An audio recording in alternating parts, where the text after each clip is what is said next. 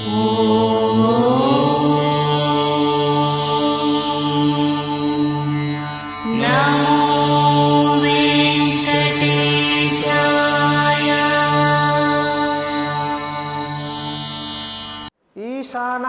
जगतोस्य वेंकटपतेर्विष्णो परां प्रेयसीं तद्वक्षस्थलनित्यवासरसिकां तत्शान्तिसंवर्धिनीं पद्मालङ्कृतपाणिपल्लवयुगां पद्मास्तनास्तां श्रियं वात्सल्यादिगुणोज्ज्वलां भगवतीं वन्दे जगन्मातरम्। श्रीमान् कृपाजलनिधे कृत सर्वलोकान् सर्वज्ञसक्तनतवत्सल सर्वशेष्येन् स्वामिन् सुशीलसुलभाश्रितपारिजात श्रीवेंकटेश चरणौ शरणं प्रपद्ये। श्री वेंकटेश्वर भगवान की।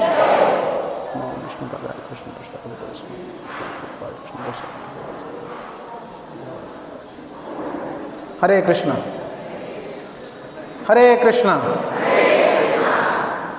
ఏడుకొండలవాడ వెంకటరమణ గోవింద।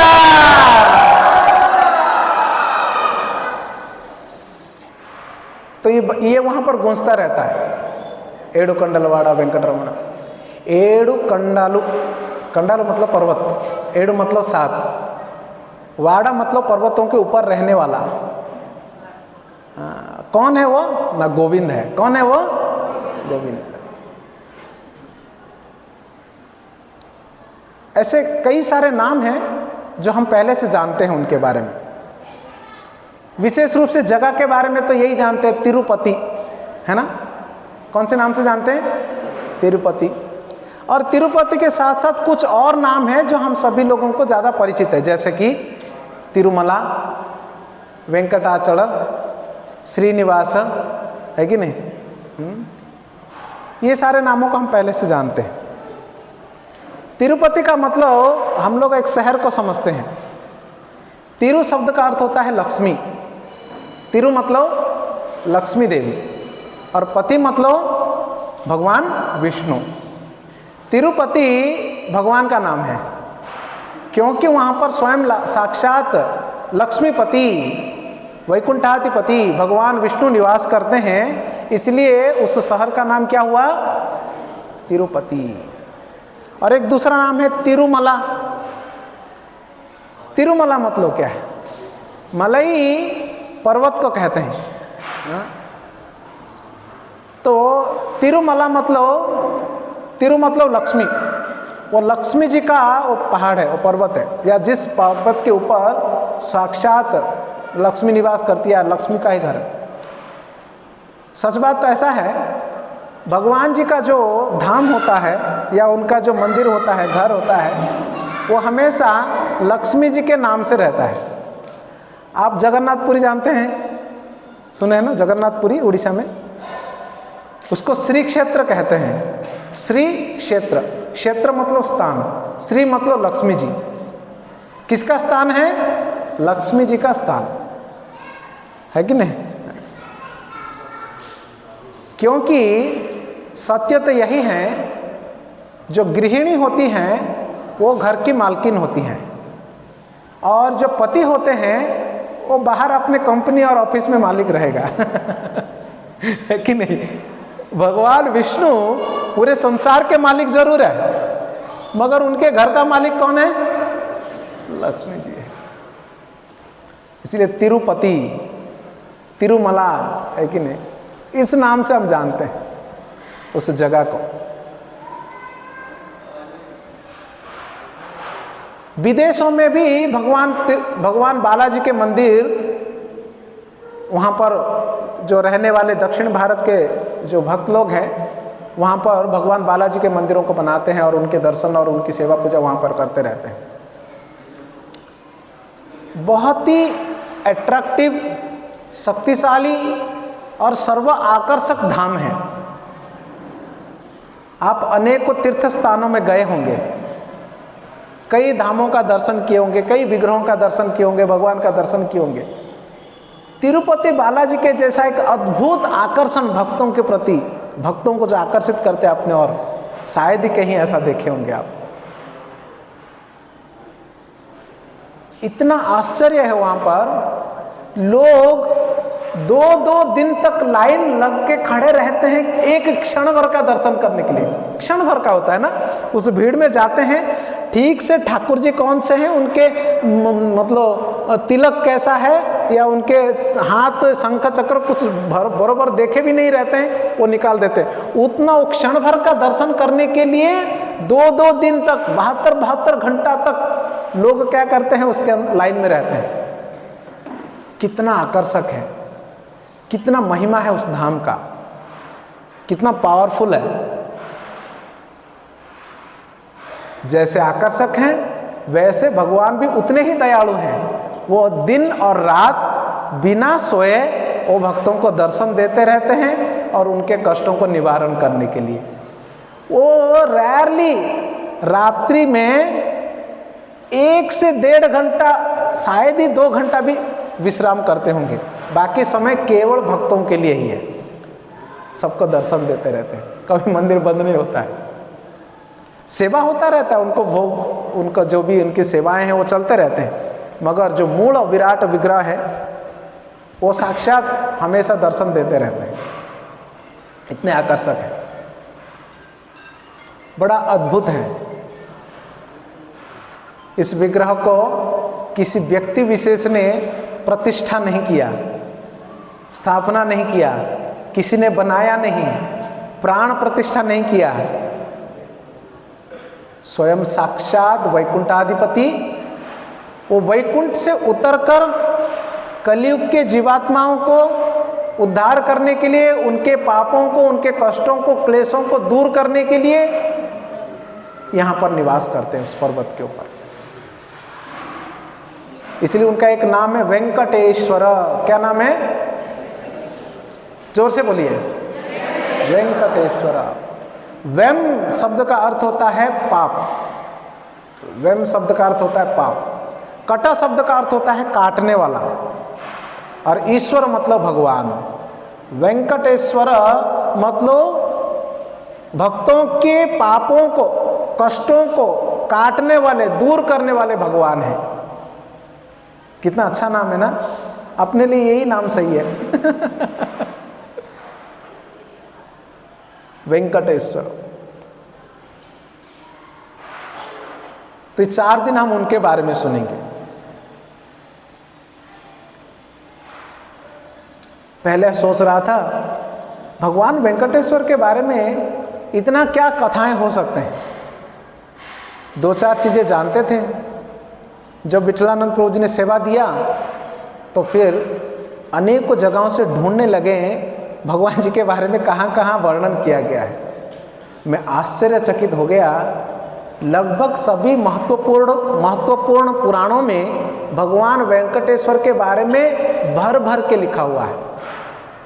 मतलब हजार पन्नों में भगवान वेंकटेश्वर का गुणगान किया गया है।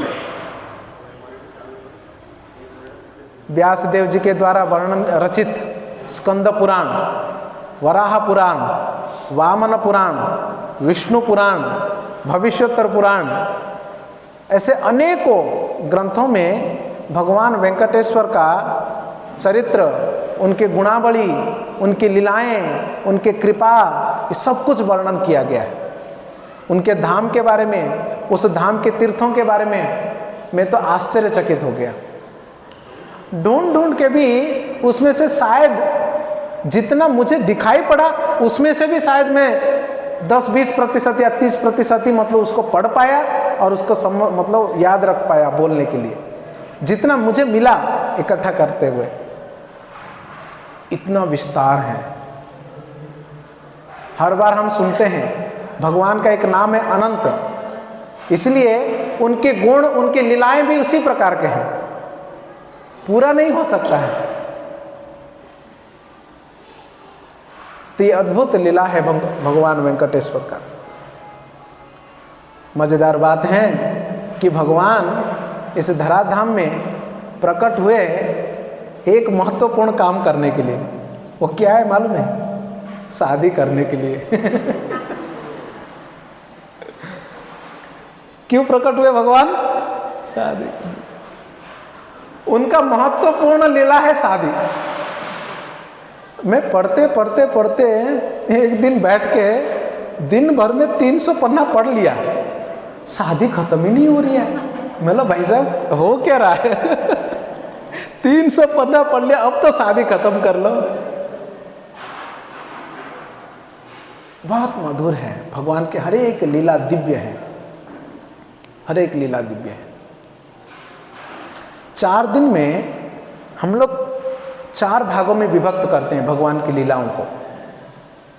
जैसे आज हम लोग जो भी समय हमारे हाथ में आज रहेगा, उतना देर हम भगवान के धाम के बारे में सुनेंगे। किसके बारे में? धाम। कहाँ रहते हैं भगवान वेंकटेश्वर? कहाँ रहते हैं? जोर से, हाँ, जोर से। वो धाम का नाम लेने मात्र से ही हमारा पाप नष्ट होते हैं, इसलिए जोर से बोलना चाहिए। कहाँ रहते हैं? तिरुमला, तिरुपति में। कल यानी दूसरे दिन हम लोग श्रवण करेंगे भगवान के विवाह की लीला, भगवान के विवाह लीला कि भगवान इस धराधाम में कैसे पहुंचे। तीसरे दिन हम प्रयास करेंगे सुनने के लिए भगवान के जो धाम है तिरुपति में, जब हम दर्शन करने के लिए जाते हैं तो हम दर्शन करने का पद्धति या प्रक्रिया या प्रोसेस क्या है और किन किन तीर्थ स्थानों का हमें दर्शन करना चाहिए, और उन तीर्थ स्थानों की महिमाओं के बारे में हम लोग श्रवण करेंगे तीसरे दिन। और चौथे दिन जो हमारा अंतिम दिन है, उस दिन भगवान बालाजी के, वेंकटेश्वर के भक्तों के बारे में हम लोग चर्चा करेंगे। किसके बारे में? भक्तों के बारे में। भक्तों के साथ भगवान की क्या क्या लीला है उसको चर्चा करने के लिए प्रयास करेंगे। तो इसलिए आप सभी से निवेदन है, कृपया प्रयास करें समय पर आने के लिए। मैं तो सुन रहा था कि प्रभु जी लोग प्रसाद की भी व्यवस्था करते हैं रात को ना, तो प्रसाद होता है तो फिर निश्चिंत होकर आ जाना चाहिए कथा सुनने के लिए ना। तो आज हम लोग भगवान के धाम के बारे में सुनेंगे। आप कितने भक्त हैं जो 16 माला जप करते हैं और दीक्षा लिए हुए कितने भक्त हैं जो दीक्षित हैं? हाँ, सब दीक्षित भक्त आ गए हैं, चलो अच्छा है। हम सभी लोग भगवान श्री श्री राधा गोविंद के भक्त हैं। श्रील गुरु महाराज, श्रील प्रभुपाद, श्रील भक्ति सिद्धांत सरस्वती, श्रील गौर किशोर बाबा जी महाराज, श्रील भक्ति विनोद ठाकुर जी, श्रील जगन्नाथ बाबा जी महाराज, इस प्रकार से भगवान श्री चैतन्य महाप्रभु तक हमारे गुरु परंपरा है। हम लोग भगवान श्री चैतन्य महाप्रभु के बताए हुए मार्ग में भगवान की भक्ति करते हैं। इसलिए हमारे जो आराध्य हैं वो है राधा कृष्ण। वो कौन है? राधा कृष्ण। हम लोग राधा कृष्ण के उपासक हैं। देखो, संसार में जो आस्तिक होते हैं भगवान को या देवी देवता को मानने वाले, वो कई प्रकार के हैं। उसमें से एक कैटेगरी है जिन्हें वैष्णव कहते हैं, यानी भगवान विष्णु को मानने वाले या उनकी पूजा करने वाले। वैष्णवों में से भी अलग अलग प्रकार के हैं। जैसे उसमें से एक कैटेगरी है हम लोग जो वैष्णव हैं परंतु राधा कृष्ण के उपासक हैं। श्री चैतन्य महाप्रभु के शिक्षाओं के आधारित हम राधा कृष्ण की उपासना करते हैं। हमारे जो आचार्य वर्ग आए हैं हमारे परंपरा में, भगवान श्री चैतन्य महाप्रभु के बाद रूप गोस्वामी, सनातन गोस्वामी आदि 6 गोस्वामी, 6 गोस्वामियों के बाद में उनके बाद जो कृष्णदास कविराज गोस्वामी आदि, बलदेव, विद्याभूषण, विश्वनाथ चक्रवर्ती, ये सभी आचार्य हमें राधा कृष्ण की उपासना के बारे में शिक्षा प्रदान करते हैं। इसलिए हम लोग राधा गोविंद की उपासना करते हैं यहाँ पर। हम गौड़ीय वैष्णवों के लिए 3 महत्वपूर्ण धाम हैं। कौन से? पहला है वृंदावन। कौन सा है? वृंदावन। दूसरा है मायापुर। दूसरा कौन सा? और तीसरा है श्री जगन्नाथपुरी। तीसरा, ये 3 धाम हमारे लिए महत्वपूर्ण है। कोई भी हरे कृष्णा वाला भक्त, जिनको गौड़ीय वैष्णव कहते हैं, वो घर से निकलता है तो यही सोचता है कि मैं जगन्नाथपुरी जाऊं या वृंदावन जाऊं या मायापुर जाऊं। उनके लिए प्राण होना चाहिए। हमारे लिए 3 प्राण होना चाहिए। हर एक जो संप्रदाय होता है, उस संप्रदाय में एक मूड होता है, भाव, उपासना का भाव कहते हैं उसको। हमारे संप्रदाय में राधा कृष्ण की उपासना का भाव है। भगवान चैतन्य ने हमें यही शिक्षा दिया है। अनर्पित चरिम चिरात करुणयावतीर्ण कलौ समर्पयितुम उन्नत उज्ज्वल रसाम स्वभक्ति श्रियम। समर्पयितुम उन्नत उज्ज्वल रसाम स्वभक्ति श्रियम। अपना भक्ति, परंतु कैसा वाला? उन्नत उज्ज्वल रस, यानी गोपी भाव में राधा कृष्ण की पूजा, राधा कृष्ण की भक्ति कैसे करना है, वो भगवान चैतन्य महाप्रभु जी ने हमको सिखाने के लिए आए हैं। तो हम लोग वो कर रहे हैं। हरे कृष्णा महामंत्र का जप करते हैं, राधा गोविंद जी की उपासना करते हैं, उनकी सेवा करते हैं। ठीक ऐसे ही ये जो संप्रदाय हैं, हमारे संप्रदाय को गौड़ीय ब्रह्म मध्व गौड़ीय संप्रदाय कहते हैं। क्या कहते हैं? ब्रह्मा मध्व गौड़ीय संप्रदाय। बोलो जोर से, और जोर से। ये हमारा संप्रदाय है। भगवान ने ऐसे 4 संप्रदाय बनाते हैं मूलतः। श्री, ब्रह्म, रुद्र और कुमार। ये संप्रदाय क्या होता है? संप्रदाय मतलब क्या है? संप्रदाय मतलब, अगर अंग्रेजी में समझेंगे, ये एक इंस्टीट्यूशन है, शिक्षण संस्था। जैसे अनेकों इंस्टीट्यूशंस होते हैं जहां पर हम बच्चों को भेजते हैं, है ना, कोचिंग इंस्टीट्यूशंस होते हैं, वैसे संप्रदाय मतलब आध्यात्मिक ज्ञान, विशेष रूप से परम ब्रह्म के ज्ञान प्रदान करने वाले संस्था को संप्रदाय कहते हैं। परम ब्रह्म के ज्ञान को बताने वाले, प्रदान करने वाले जो इंस्टीट्यूशन है, उसको संप्रदाय कहते हैं, संस्था को संप्रदाय कहते हैं। तो ये परम ब्रह्म का ज्ञान भगवान जी ने 4 लोगों को पहले देते हैं, लक्ष्मी जी को, ब्रह्मा जी को, महादेव जी को और कुमार। और इन चारों ने अपना अपना संप्रदाय यहाँ पर इस धराधाम में बनाते हैं। तो उसमें से हम लोग जो जुड़े हुए हैं वो है ब्रह्म संप्रदाय से, ब्रह्मा जी के संप्रदाय से, और हम लोग राधा कृष्ण की उपासना करते हैं। वैसे ही एक और संप्रदाय है जिसको श्री संप्रदाय कहते हैं। क्या कहते हैं? श्री संप्रदाय। आप बोले, आप सोचेंगे, प्रभु जी आप तो बालाजी की कथा बताने वाले थे ना, ये सब क्या बता रहे हैं हमको? दिमाग काम नहीं कर रहा है। बालाजी की कथा सुनना है, तो इसीलिए ये बैकग्राउंड जरूरी है।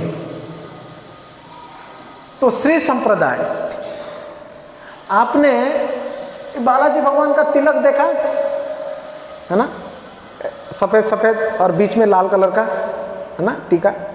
ऐसे जो तिलक लगाने वाले हैं ना, वो श्री संप्रदाय के भक्त होते हैं। कौन से संप्रदाय के भक्त होते हैं? श्री संप्रदाय के। ये ज्यादातर दक्षिण भारत में देखने के लिए मिलते हैं। श्री संप्रदाय में उनकी मूल गुरु जो है वो लक्ष्मी देवी हैं।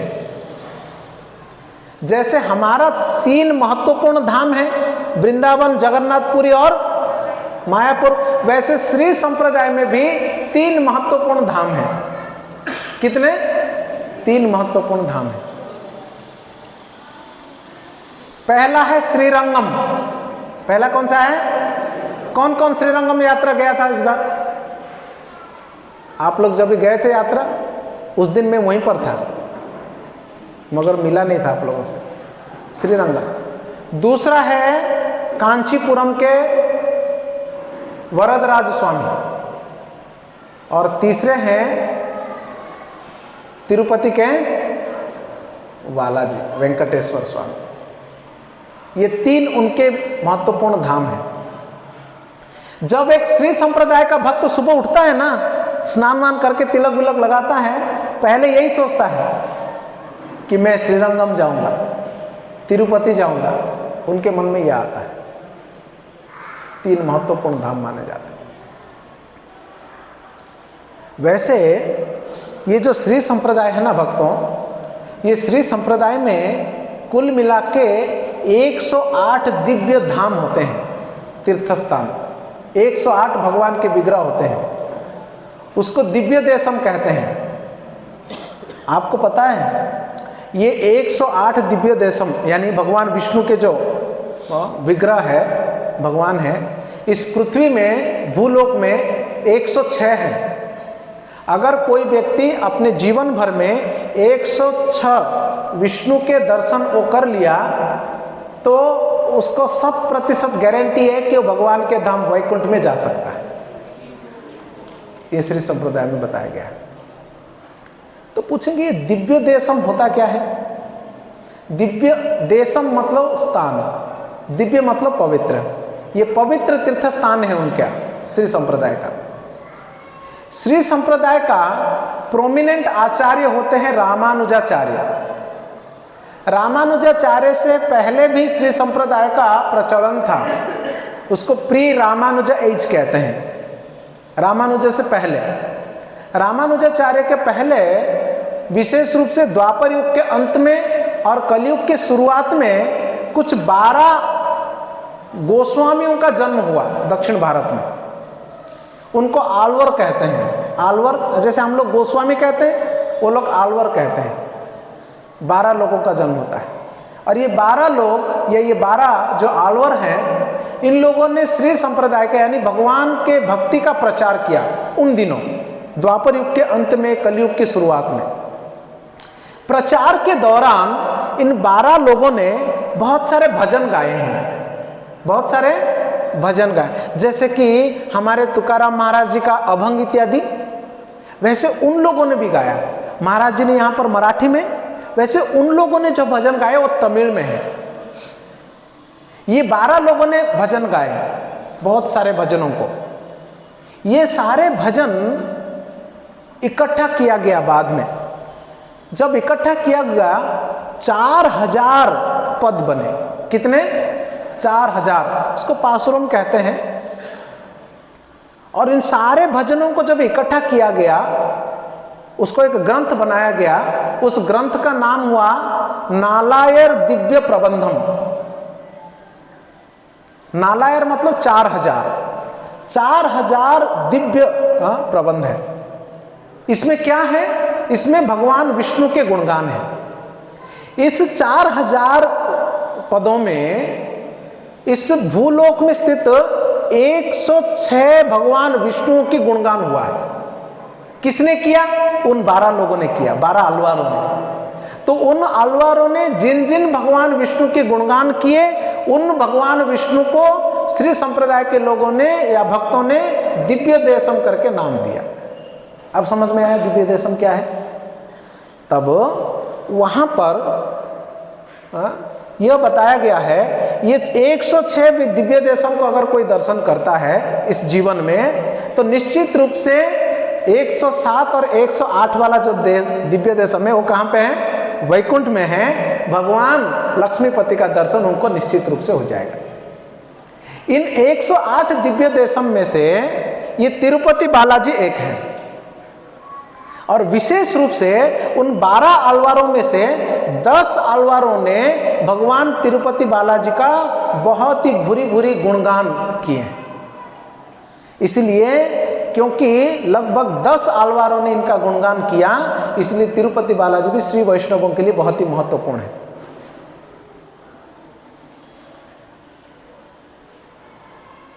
तो श्री वैष्णवों के लिए ये तिरुपति बालाजी, कांचीपुर के वरदराज स्वामी और श्री रंगम के रंगनाथ स्वामी, ये तीनों के तीनों बहुत ही महत्वपूर्ण और अत्यंत प्रिय विग्रह है और श्री संप्रदाय के महत्वपूर्ण धाम है।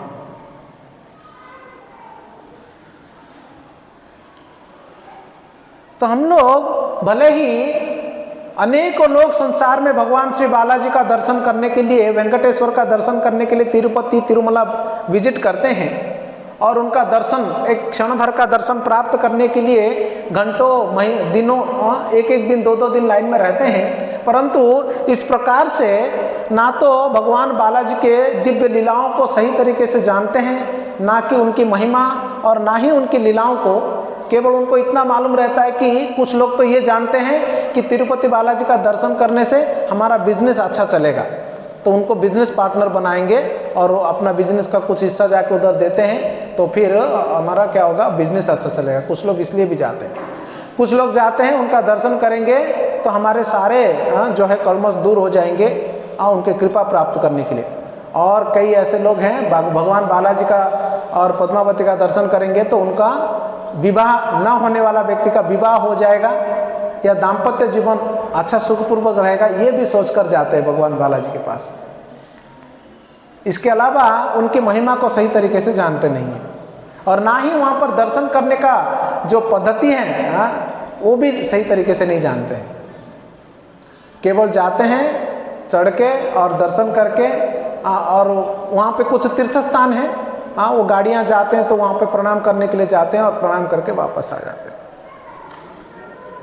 तो इतना महत्वपूर्ण धाम है। तो फिर आपका प्रश्न होगा कि प्रभु जी फिर आप ये जो श्री संप्रदाय और उनके धाम हमारे धाम ऐसा क्यों आपने अलग करके बताया? उसके पीछे का कारण यह है कि क्योंकि श्री संप्रदाय जिस प्रकार से मैंने बताया हमारा भाव है राधा कृष्ण की उपासना, वैसे श्री संप्रदाय भक्तों का भाव है लक्ष्मी नारायण की उपासना। वे किसकी उपासना करते हैं? लक्ष्मी नारायण की। भगवान जो श्रीनिवास हैं वे चतुर्भुज विष्णु के रूप में वो लोग उपासना करते हैं। और सच बात ऐसा है कि तिरुपति बालाजी ये द्विभुज वाले गोविंद हैं, ये द्विभुज वाले गोविंद हैं। यहाँ पे 4 हाथ लग रहा है ना आपको, 2 हाथ में शंख और चक्र पकड़े हैं, है ना, ऐसा दिख रहा है ना, और 2 हाथ नीचे हैं, मगर एक्चुअली वो ऊपर 2 हाथ नहीं है, वो शंख और चक्र का रखा हुआ है, वो केवल 2 ही हाथ है उनके मूल विराट में, द्विभुज गोविंद है।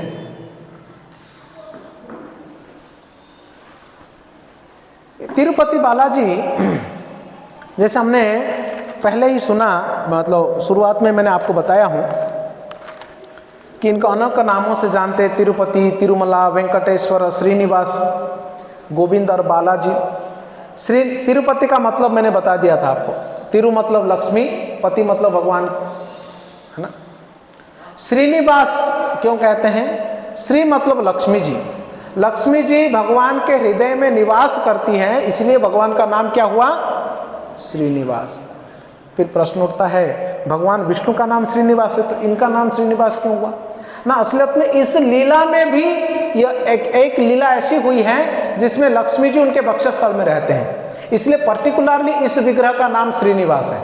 जैसे आप देखिए विग्रह को भगवान जी का, उनके वक्षस्थल में ऐसे 2 राउंड करके हैं, है ना, वो 2 फूलों की माला है जो गोल गोल है, वहां पर लक्ष्मी निवास करती हैं, तो लक्ष्मी जी को फूलों की माला वहां पर भक्तों ने पहनाया है जो भगवान के वक्षस्थल में आप देख रहे हैं।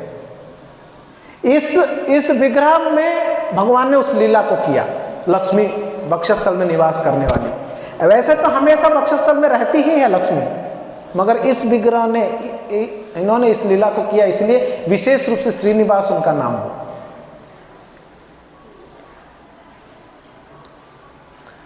तो आज हम लोगों ने भगवान जी का जो धाम है, विशेष रूप से वेंकटाचल, उस वेंकटाचल की महिमा के बारे में श्रवण करेंगे।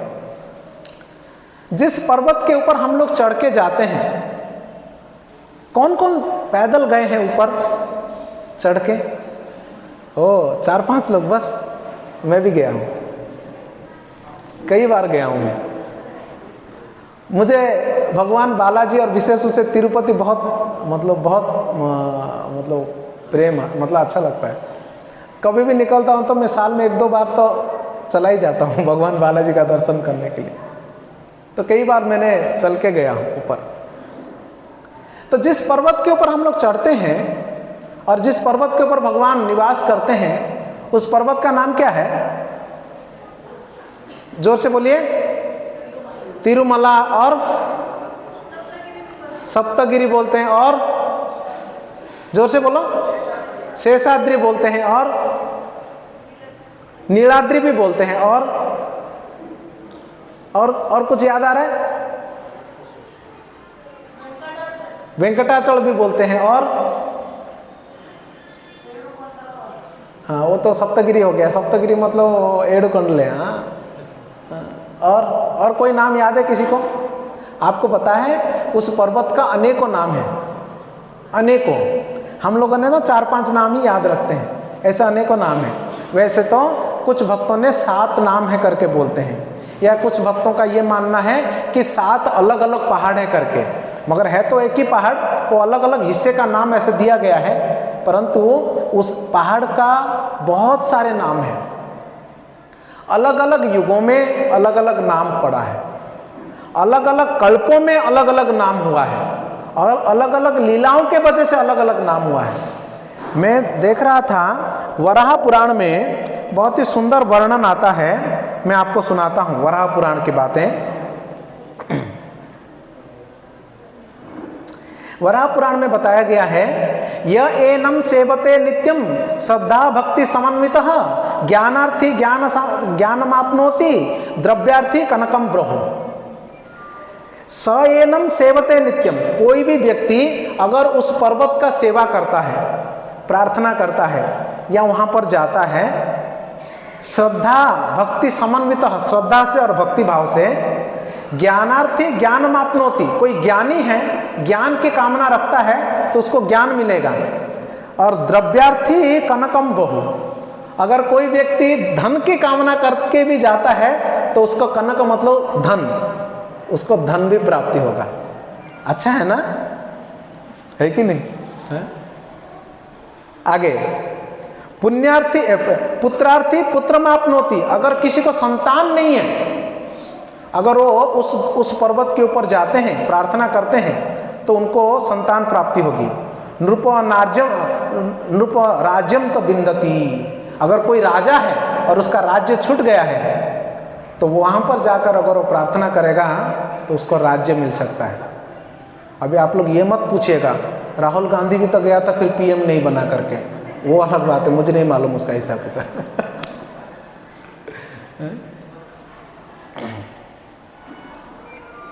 इस पर्वत का एक महत्वपूर्ण नाम है क्रीडाद्री। नाम आप याद रखिएगा, क्रीडाद्री। क्या नाम है? क्रीडाद्री। चिंतितश्चित्त सिद्धया तो चिंतामणि मिमम विदुहु, बुद्धिमान लोगों ने इसको चिंतामणि का भी नाम देते हैं, क्योंकि उस पर्वत के ऊपर अगर आप कोई भी चीज की कामना करते हैं यानी चिंता करते हैं, वो आपको तुरंत मिल जाएगा। इसलिए पर्वत का नाम क्या हुआ? चिंतामणि। जोर से बोलिए, चिंतामणि। केचित ज्ञान प्रदत्वान ज्ञानाद्रि ऋतम तविदुहु, क्योंकि उस पर्वत के ऊपर निवास करने वाले अत्यंत ज्ञानी होते हैं, उनको ज्ञान प्राप्त होता है। कौन सा ज्ञान? भगवत ज्ञान प्राप्त होता है उनकी उपासना करने से, इसलिए उस पर्वत का नाम हो गया ज्ञानाद्रि। क्या नाम हुआ? ज्ञानाद्रि। जोर से बोलते रहना। क्यों मालूम है? उस पर्वत का नाम लेने मात्र से हमारा पाप कटता है, उसका नाम लेने मात्र से पाप कटता है। हम कब गए थे कब जाएंगे पता नहीं, मगर यहाँ बैठे बैठे भी हमको वो फल प्राप्त होगा केवल उनके नाम लेने से। तो पहला नाम बोला क्रीडाद्रि, दूसरा नाम मैंने क्या बोला? चिंतामणि, तीसरा मैंने क्या बताया? ज्ञानाद्रि।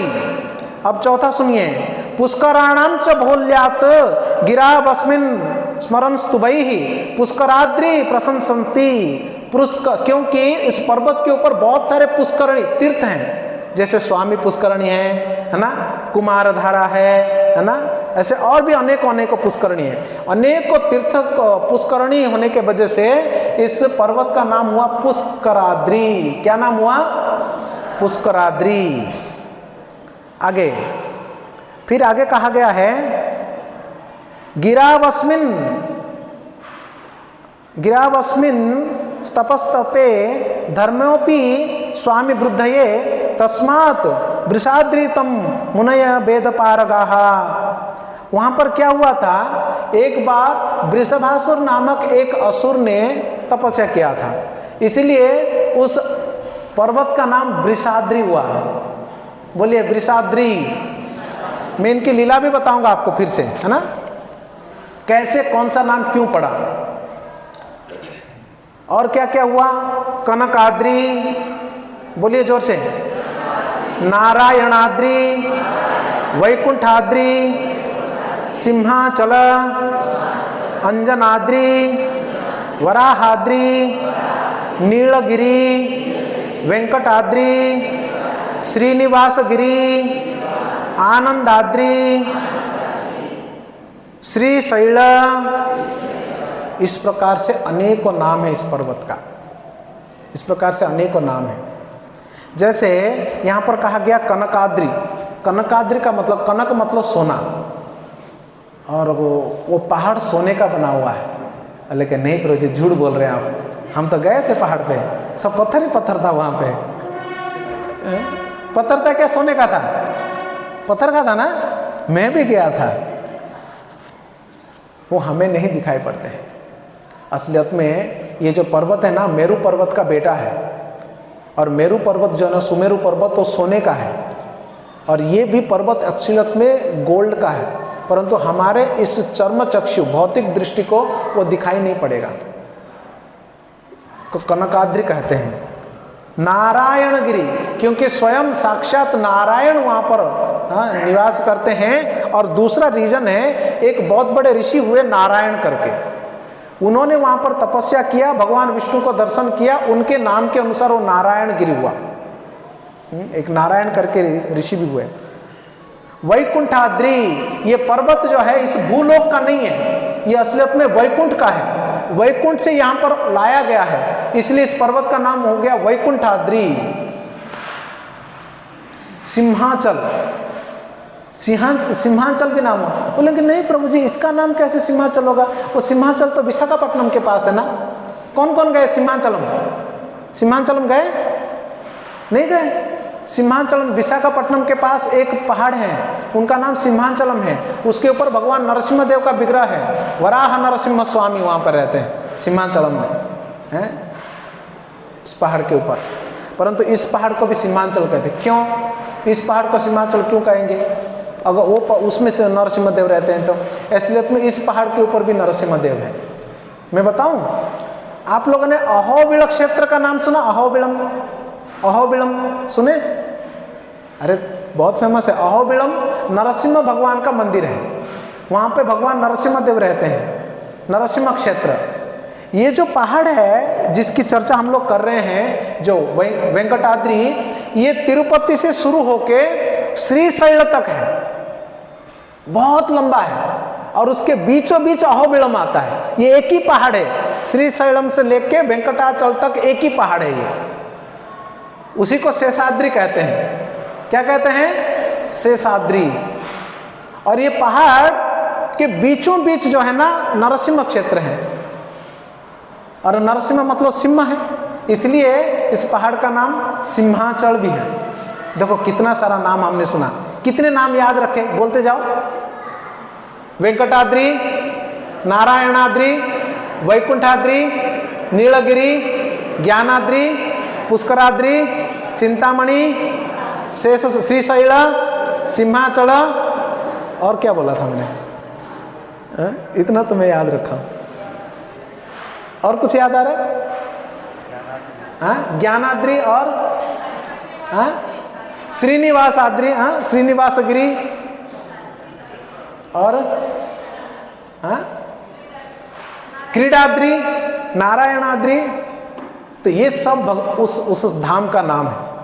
ये नाम लेने मात्र से हम पवित्र होते हैं, है ना। फिर आगे मैं एक और पुराण देख रहा था, विशेष रूप से भविष्य पुराण में, भविष्योत्तर पुराण में, वहाँ पर एक मज़ेदार बात मुझे मिला। मैं आपसे शेयर करता हूँ बात को।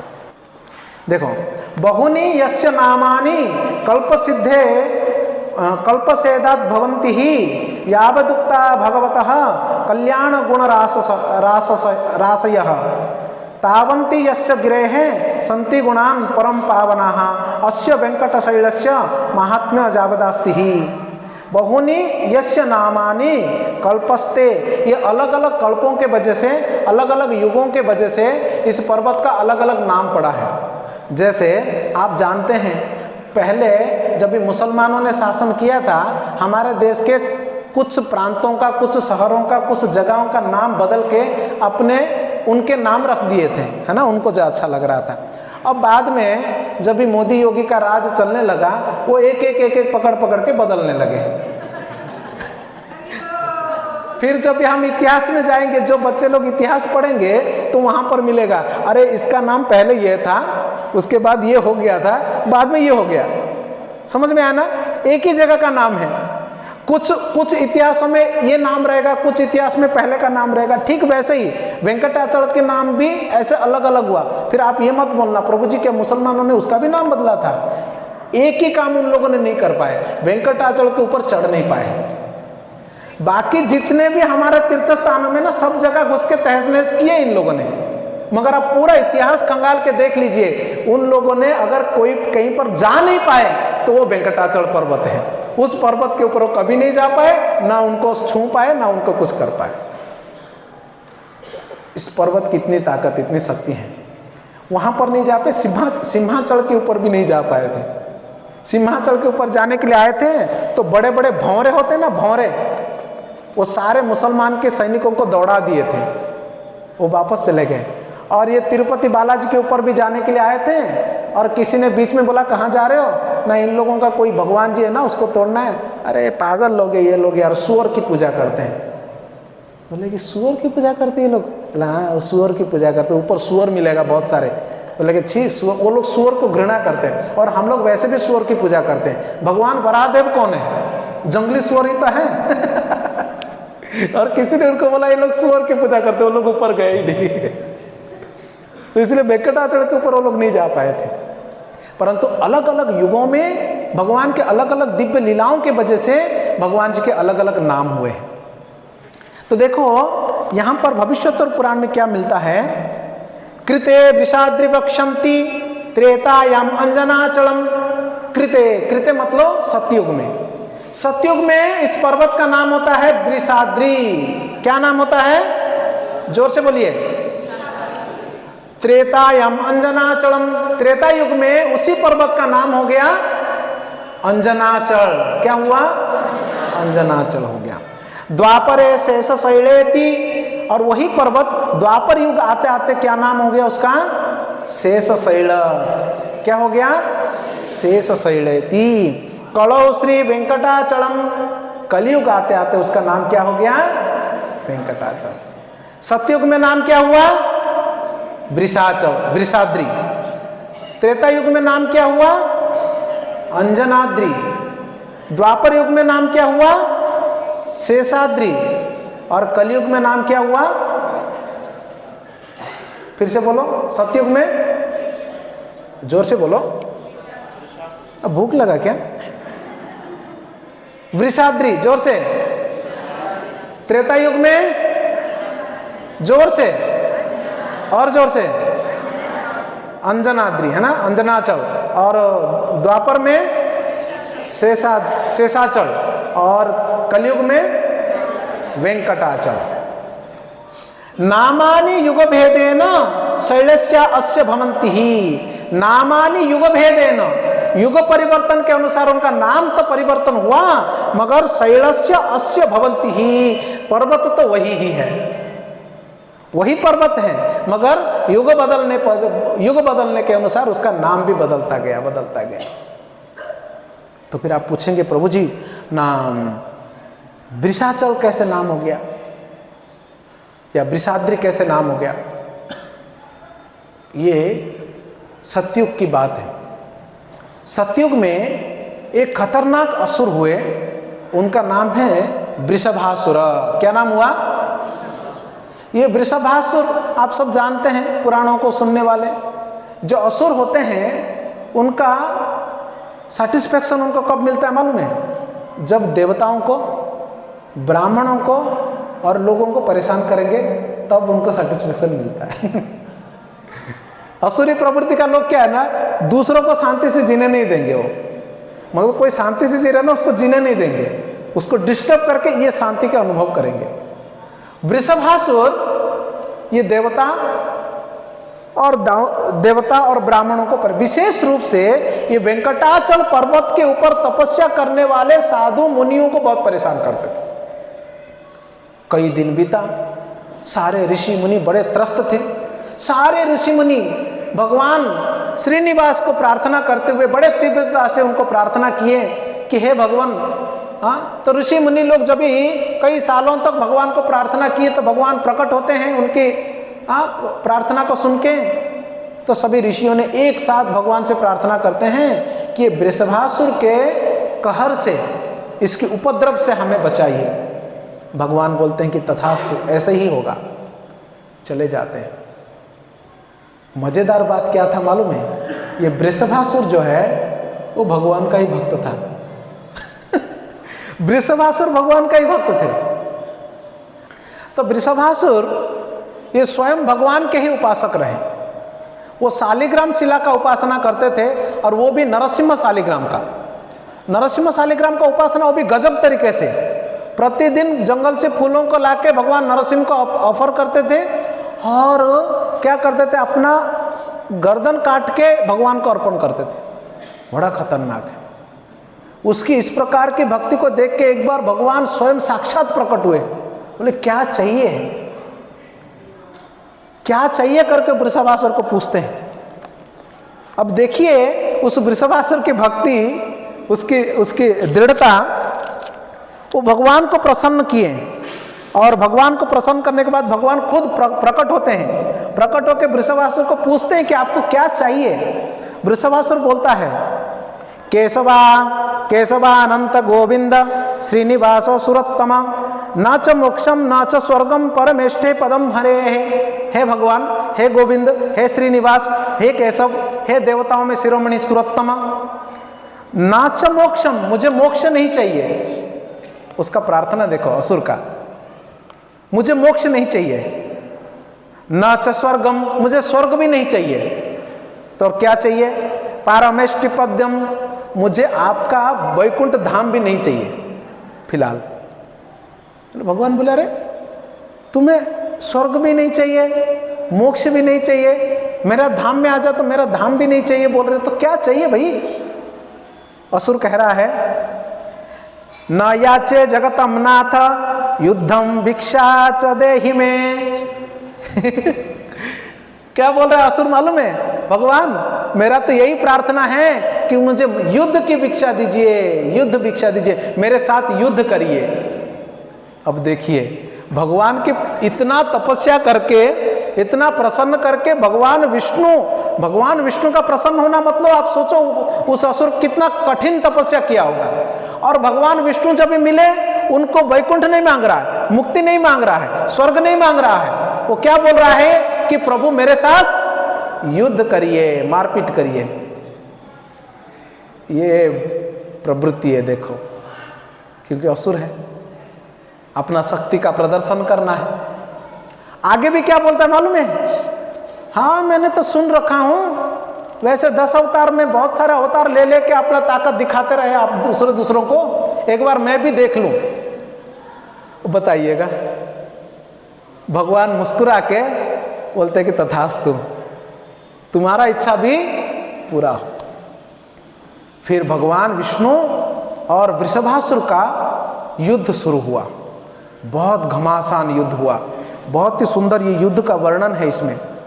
भगवान विष्णु उस असुर के सामने गरुड़ के ऊपर बैठकर अपने आप को विस्तार किए, इतना भयानक तरीके से असुर हंसने लगा। बोला कि ओहो, ऐसी माया बहुत देखी मैंने। और असुर अपने आप को विस्तार किया भगवान के जितना। जब असुर अपने माया का प्रदर्शन करता था, भगवान विष्णु उनकी मायाओं को खत्म कर देते थे। फिर भगवान विष्णु जब भी प्रकट करते थे, असुर उसको खंडन कर देता था। और क्योंकि वो असुर ने युद्ध मांगा, इसलिए भगवान विष्णु उनके साथ युद्ध किए मुस्कुराते हुए। कई देर युद्ध चलने के बाद भगवान विष्णु अभी बोले, अभी बहुत हो गया युद्ध आपके साथ, अब तुम्हारे साथ वृषभासुर, अब बहुत हो गया युद्ध तुम्हारे साथ, अब मैं मेरा सुदर्शन को आदेश देता हूं, वो तुम्हारा सिर धड़ से अलग कर देगा। जिस प्रकार से एक पका हुआ फल आम, वो जब भी पूरा पक जाता है ऑटोमेटिक वो नीचे गिर जाता है, उसको ज्यादा मेहनत करने की जरूरत नहीं है, वैसे तुम्हारा। हरे कृष्णा प्रभु जी, दंडवत प्रणाम। प्रभु जी आए आशीर्वाद देने के लिए मुझे। एक बार हरे कृष्णा महामंत्र से प्रभु जी का स्वागत करते हैं। हरे कृष्णा कृष्णा कृष्णा हरे हरे, हरे राम राम। आप लोग तो सुबह आ नहीं पाते हैं घरों के कामकाज की वजह से, नहीं तो जबरदस्त प्रवचन होता है सुबह। शाम के प्रवचन से भी जबरदस्त प्रवचन तो सुबह होता है, भगवान चैतन्य की लीला प्रभु जी के द्वारा। आज से शुरू हुआ, संन्यास लीला चल रहा है। तो वृषभासुर को भगवान ने बोले कि हे वृषभासुर, अभी बहुत हो गया तुम्हारे साथ युद्ध, मैं अभी सुदर्शन को आदेश देता हूं, वो पका हुआ फल जैसे झड़ जाता है वैसे तुम्हारा सिर को तो काट देगा वो। सुदर्शन का नाम लेके वृषभासुर युद्ध रोक के हाथ जोड़ा, प्रभु कृपा करो मेरे ऊपर, सुदर्शन के बारे में बहुत सुन रखा हूं मैंने, बहुत सुन रखा हूं। सुदर्शन महज्वाला कोटि सूर्य समप्रभा, कोटि सूर्य समप्रभा, करोड़ों सूर्यों की जितना तेज है आपके ये सुदर्शन। और मुझे ये भी मालूम है सुदर्शन के द्वारा जब भी वध किया जाता है तो निश्चित रूप से आपकी धाम प्राप्ति होगी प्रभु। मतलब बुद्धिमान निकला ये असुर, उसको आइडिया है मारपीट करने से भी वहीं जाएंगे क्योंकि उन्हीं के हाथ मारे जाएंगे तो जाएंगे वहीं पर। परंतु वो लिटरली भगवान विष्णु के चरणों में गिर के भगवान के पैर पकड़ लिया, युद्ध छोड़ के। बोलता प्रभु एक कृपा करना, मुझे इस पर्वत से बहुत आसक्ति है और आपके सुदर्शन तो मुझे काट देगा और आपके धाम तो मैं चला जाऊंगा, मगर मेरी इच्छा है ये पर्वत का नाम मेरे नाम से युग युग तक जाना जाए।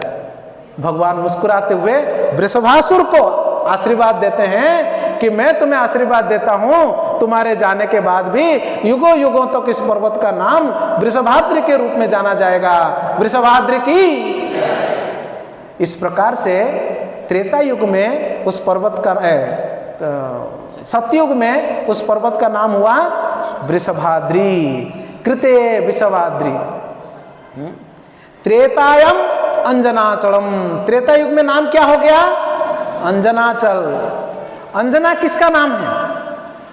हनुमान के मां का नाम। हनुमान जी के माता अंजना देवी। अंजना देवी उनके कोई संतान नहीं थे, केसरी के पत्नी उनके कोई संतान नहीं थे। तो वानर राज केसरी के पत्नी उनका कोई संतान नहीं थे, तो माता अंजनी ने, त्रेता युग की बात, अभी सतयुग हो गया, त्रेता आता है ना, इस बार त्रेता आया है ना, ये जो 3-4 युगों की बात चल रही है इस बार की, इस बार जो सतयुग गया, इस बार जो त्रेता युग गया, तब उसका चर्चा चल रही है अभी। तो त्रेता युग आया, त्रेता युग में अंजना देवी के कोई संतान नहीं है। संतान नहीं है तो अंजना देवी जाती है मतंग ऋषि के पास, मतंग ऋषि के शरण में जाती हैं, उन्हें प्रार्थना करती हैं, ऋषिवर को प्रणाम करके कृपा याचना करती हैं। मतंग ऋषि अंजना देवी को उन्हें आदेश देते हैं कि हे देवी, हे अंजना, आप सुदूर सुवर्णमुखी नदी के किनारे पर्वत है, उस पर्वत के ऊपर जाइए। उस पर्वत के ऊपर एक पुष्करणी है, स्वामी पुष्करणी, उस पुष्करणी में स्नान करिए और उस पुष्करणी में स्नान करके उसकी उत्तर दक्षिण दिशा में आप वहाँ पर आकाश गंगा करके एक तीर्थ हैं, उस जल को स्नान करके, उस जल को सेवन करके वहाँ पर आप तपस्या करिए। तो भगवान की कृपा से आपको एक बहुत ही शक्तिशाली और बहुत ही संसार में विख्यात पुत्र संतान प्राप्त होगा। इस बात को सुन के त्रेता युग में अंजना देवी उस पर्वत के ऊपर जाते हैं और उस पर्वत में, उस पुष्करणी में स्नान करके और आकाश गंगा में जल को पान करके वहाँ पर तपस्या करती हैं। और कठोर तपस्या के दौरान जब 1 साल उसने तपस्या की बिना खाए पिए, वायुदेव की बड़ी कृपा हुई।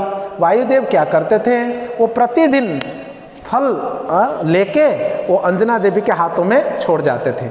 अंजना देवी के हाथ में जब भी फल आता था उनके पास तो फल पा लेती थी, बस उतना ही उनका आहार हुआ करता था। इस प्रकार से कई साल बीती। एक बार की घटना है, इसमें मतांतर भी हैं कि कुछ भक्तों का ये कुछ विद्वानों का यह कहना है कि एक्चुअली मैंने पढ़ा तो नहीं हूँ, इसमें लिखा हुआ नहीं, उनका कहना है शिव और पार्वती उस पर्वत में लीलाएं कर रहे थे, वो भी मृग के रूप में, बंदर के रूप में। तो फिर उनसे शिव की शक्ति को वायुदेव उठा के लाके वो अंजना देवी के हाथ में प्रदान करते हैं, जिसको अंजना देवी जो है फल समझ के प्राप्त कर लेती हैं और उससे अंजना देवी को संतान प्राप्त होते हैं। जो भी हैं, वायुदेव की कृपा से अंजना देवी को संतान की प्राप्ति होती है वहाँ पर, क्योंकि त्रेता युग में अंजना देवी ने उस पर्वत के ऊपर तपस्या करके विश्व विख्यात भगवान श्री रामचंद्र के महान भक्त हनुमान जी को प्राप्त किया था। इसलिए उस पर्वत का नाम त्रेता युग में हुआ अंजनाचलम, श्री अंजनाचल की। तो इस प्रकार से पर्वत का नाम हो गया त्रेता युग में अंजनाद्री। अभी अंजनाद्री के बाद द्वापर युग आता है। अब आप लोग किसी भक्त को कन्फ्यूजन होगा, जो भक्त हम्पी गए हुए, हम्पी गए हैं क्या कोई? हम्पी कर्नाटका में, वहाँ पर भी है ना हनुमान जी का जन्म स्थान है ना। कभी कभी कन्फ्यूजन होता है ऐसा। तो असलियत में श्री वैष्णवास कहते हैं कि वेंकटाचल के ऊपर हनुमान जी का जन्म हुआ है। कुछ का मानना है कि वहाँ पर हम्पी कर्नाटक वहाँ पर जन्म हुआ है करके। ये कुछ मतभेद हैं, परंतु उसमें कन्फ्यूजन नहीं होना चाहिए, क्योंकि रामायण एक ही त्रेता युग में हुआ ऐसा नहीं है। हर त्रेता युग में रामायण होता रहता है और हर बार भगवान श्री रामचंद्र आते हैं, हनुमान जी भी आते रहते हैं, और उनका जो जन्म स्थान है वो डिफरेंट हो भी सकता है। इसमें कोई आश्चर्य नहीं है, क्योंकि मैं वराह पुराण, स्कंद पुराण, भविष्योत्तर पुराण तीनों जगहों पे चेक किया। तीनों जगहों पे तो एक्चुअली अंजनाचल के बारे में, ये वेंकटाद्रि के ऊपर बताया गया है अंजनाचल के विषय में, और कुछ पुराणों में वो भी बताया होगा। तो ये हो गया त्रेता युग में। अब आता है द्वापर युग। द्वापर युग में उस पर्वत का नाम क्या हो गया? क्या बोला था मैंने द्वापर युग में? जोर से बोलिए। पक्का शेषाद्री बोला था ना? द्वापर युग में शेषाद्री है ना, शेषाचल। द्वापर युग में शेषाचल पढ़ने के पीछे बहुत ही सुंदर भगवान ने एक लीला की। हुआ यूं था, एक बार भगवान ने शेष जी, अनंत शेष है ना जिसके ऊपर भगवान लेटते हैं, अनंत शेष जी को बोलते हैं, देखो अनंत, आज ना तुम गेट के बाहर खड़े रहना थोड़ी देर, हमें एकांत चाहिए। माता और प्रभु दोनों ने बोला कि आप गेट के बाहर पहरेदार कीजिए, आज हमें एकांत चाहिए। तो अनंत शेष जी बाहर खड़े हो गए जाकर, और अंदर एकांत में कौन है? लक्ष्मी नारायण। उसी समय भगवान की इच्छा से ऐसा हुआ, स्वयं वायुदेव भगवान से मिलने के लिए आए। और वायुदेव को ना थोड़ा जल्दी था, कुछ तो जल्दी में मिलना था प्रभु से, तो फटाफट अंदर प्रवेश कर रहे थे। शेष जी बोलने लगे, वायुदेव 1 मिनट रुकिए, 1 मिनट, अभी अंदर जाना मना है। भगवान ने मुझे यहाँ पर खड़ा किए हैं इसलिए कि कोई अंदर ना जाए, और विशेष ड्यूटी मुझे दी गई है, स्पेशल सर्विस है कि नहीं, आप अंदर नहीं जा सकते। वायुदेव बोले देखो मुझे अभी रोको मत, मुझे कुछ अर्जेंट बात करनी है। अनंत शेष छोड़े नहीं उनको, अनंत शेष छोड़े नहीं। वायुदेव जाना चाहते थे, सोचो वायु को रोक दिया उन्होंने। वायुदेव परेशान हो गए, बोले कि अनंत तुम कितना घमंड की जैसे बातें कर रहे हो, मुझे मिलना है जरूरी। अनंत शेष को धीरे धीरे से गुस्सा आने लगा। आपको मालूम है अनंत शेष जो है ना क्रोध के मतलब अधिष्ठाता है। तो अनंत देव जो है वायु को बोले कि ऐसे बाचाल बातें मत करो, तुमको बोल दिया एक बार नहीं जाना है तो नहीं जाना है। वायुदेव भड़क गए। वायुदेव बोले तुमको थोड़ा सा भी अक्ल नहीं, पहले भी 2 लोगों ने यही हरकतें किए थे, सनक सनंदन का रोक दिया था, क्या हुआ पता नहीं तुम्हें? उनको राक्षस बनना पड़ा। तुम्हारा भी हरकतें ठीक ऐसे ही लग रहा है मुझे। अनंत बोलते कि देखो वायुदेव तुम्हारे बात को मैं और नहीं सह सकता हूं, तुमको पता है मैं कौन हूं? विष्णु भक्तों में सबसे ज्ञानी, सबसे पंडित, सबसे बलशाली, मेरे से बढ़कर कोई नहीं है। ये सुन के दोनों आपस में भिड़ गए और ये बात बढ़ गई। एक्चुअली ऐसे ही बातों बातों में झगड़ा बड़ा हो जाता है। जब वो वायु अपना अहंकार दिखाया, वो अनंत शेष अपना अहंकार दिखा रहे थे, लक्ष्मी देवी हंस बोलती है प्रभु को, प्रभु ये क्या हो रहा है? ये दोनों तो अपना अहंकार का बखान कर रहे, वो भी वैकुंठ में। तो भगवान मुस्कुराते हुए बाहर आते हैं। पहले तो अंदर से चिल्लाते हैं भगवान, अनंत क्या चल रहा है बाहर? शेष को पूछते हैं, कुछ नहीं प्रभु, ये जो वायु है ना इसका दिमाग थोड़ा ठिकाने लगा देता हूं मैं। भगवान बाहर आते हैं, वायुदेव को प्रेम से बोलते हैं, हे वायु क्या समस्या है? आप जानते हैं ना अनंत को, शेष को, तो आप शांत रहिए। वायुदेव भगवान की उपस्थिति से प्रणाम करके शांत हो गए, मगर शेष शांत नहीं हुए।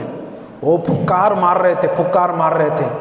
बताइए प्रभु, इससे बताइए, आपके भक्तों में मेरे से बढ़कर कोई है? एक भजन सुनता था, देवा रे देवा गणपति बाबा, तुमसे बढ़कर कौन, और तुम्हारे भक्तों में हमसे बढ़कर कौन। अनंत जी का यही भाषा था कि आपके भक्तों में मेरे से बढ़कर कोई है, बल में मेरे से बढ़कर कोई है, ज्ञान में मेरे से बढ़कर कोई है। जोर जोर से भगवान जी को बोल रहा था, भगवान जी को। अब सोचिएगा, और भगवान जी का एक नाम है गर्व गंजन हरि, वो सब चीज सहन कर सकते हैं, गलतियां माफ कर सकते हैं। अहंकार भक्त के अंदर अगर आता है तो प्रभु को जमता नहीं है। भक्त के अंदर अहंकार को भगवान को पसंद नहीं, बिल्कुल पसंद नहीं। गलती हो गई, गलती से तो भगवान उसको क्षमा करते हैं। भगवान मुस्कुरा के क्या बोले मालूम है? अरे शेष, बातों में क्या रखा है, कुछ काम करके दिखाओ तब ना मानेंगे संसार में। मैं तो जानता हूं तुम्हारे बारे में, बाकी लोगों को भी तो पता चलना चाहिए तुम कितने बड़े ताकतवर हो। मुझे तो मालूम है, साधु साधु, तुम जो बोल रहे हो वही हो, वही हो। भगवान मजे ले रहे थे शेष के, क्योंकि वो प्रभु के सामने अपना अहंकार शेष जी बता रहे थे। शेष जी बोलते कि क्या करना है प्रभु, बोलिए करना क्या है, क्या करने से पता लगेगा कि मैं शक्तिशाली हूं। भगवान बोलते हैं वायुदेव को भी, अनंत को भी, हे शेष, मेरु पर्वत के पुत्र एक वेंकट, एक पर्वत है, उसको नारायणाद्रि कहते हैं, वो भूलोक में है।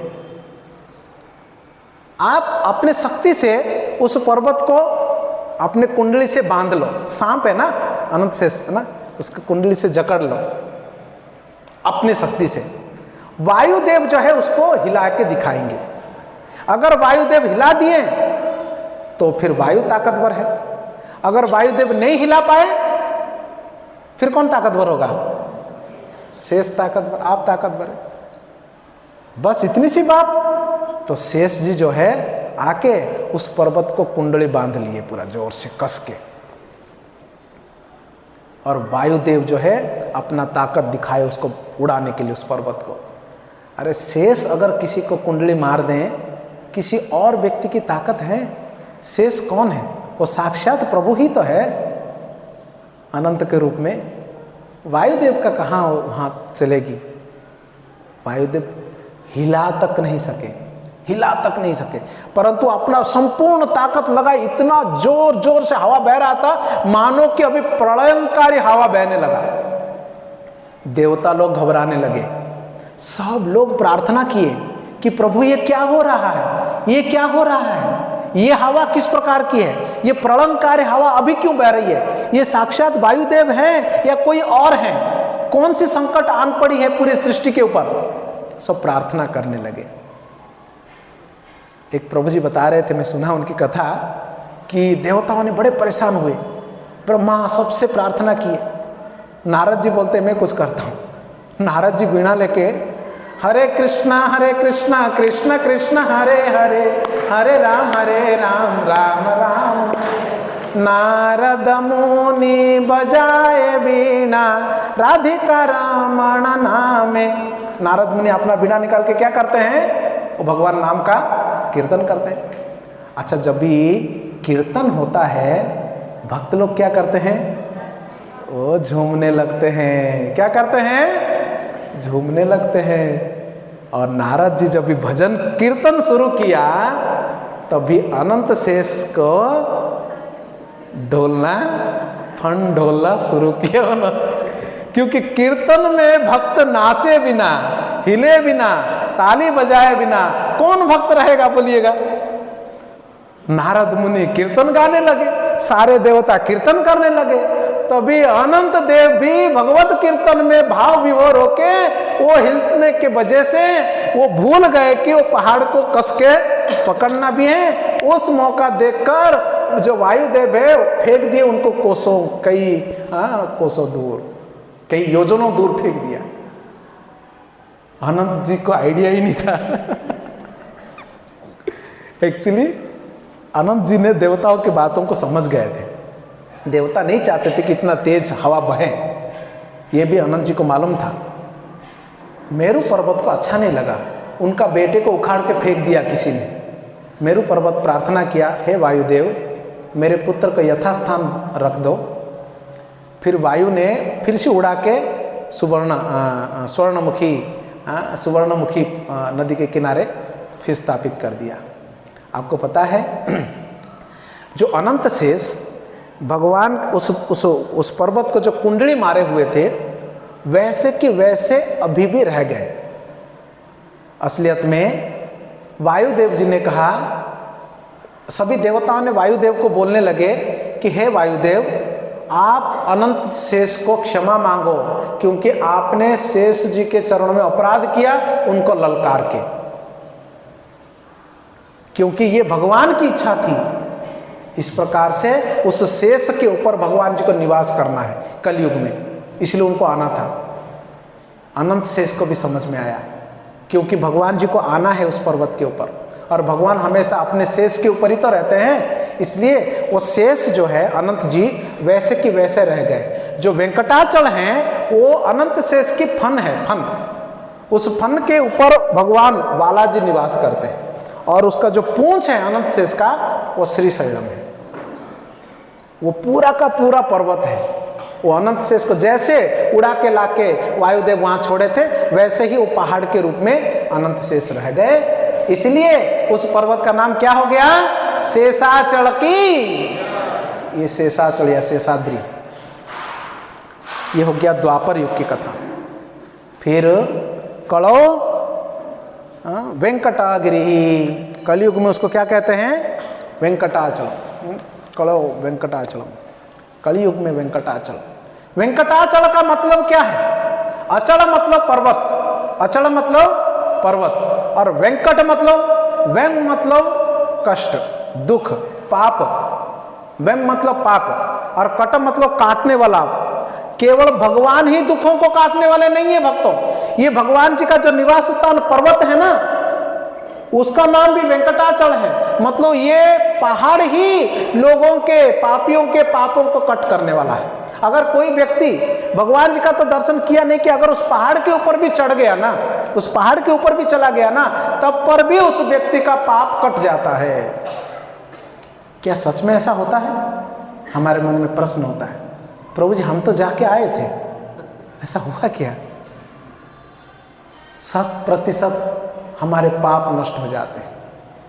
पापी व्यक्ति के पाप नष्ट हो जाते हैं। एक घटना ऐसी हुई कलयुग में ही, ऐसी घटना कलयुग में हुआ। एक सामवेद को पारण करने वाले एक ब्राह्मण, वो बड़े विद्वान ब्राह्मण हैं, सामवेद को पालन करते थे वो। उनका कोई संतान नहीं था। वृद्धावस्था में उनको एक संतान होता है उस ब्राह्मण को, और उस संतान का नाम वो रखते हैं माधव। सत्यभाषी, अपने सारे कर्तव्यों को, कर्मों को सही तरीके से करने वाला, समाधमा तपो शौचम सब जानने वाला एक ब्राह्मण। बड़ी उम्र में उनको एक संतान होता है। उस संतान का नाम माधव रखता है वो, माधव नामक ब्राह्मण। ये बच्चा, इस बच्चे को सारा विद्या सिखाता है, ब्राह्मणों के गुणों को, ब्राह्मण के कार्यों को सिखाता है। ये माधव बहुत ही सुंदर, सभी कार्य में निपुण होता है। और उचित समय देखकर इस माधव ब्राह्मण बच्चे का विवाह भी हो जाता है। विवाह भी करवा देता है। और विवाह करने के बाद ये अपने भगवान के भजन में लग जाता है। माधव ब्राह्मण, उसका विवाह हो जाता है एक सुंदर पत्नी से। चंद्रलेखा उसका पत्नी का नाम था।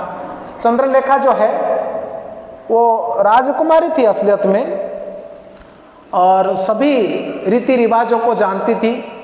पति के खाने के बाद वो खाती थी, पति के सोने के बाद वो सोती थी। उस कलयुग का प्रारंभिक समय है असलियत में, परंतु वो सभी नियमों को सही तरीके से पालन करती थी वो जो चंद्रलेखा है। और माधव भी बहुत अच्छा ब्राह्मण था, मगर क्या करे, कलयुग है।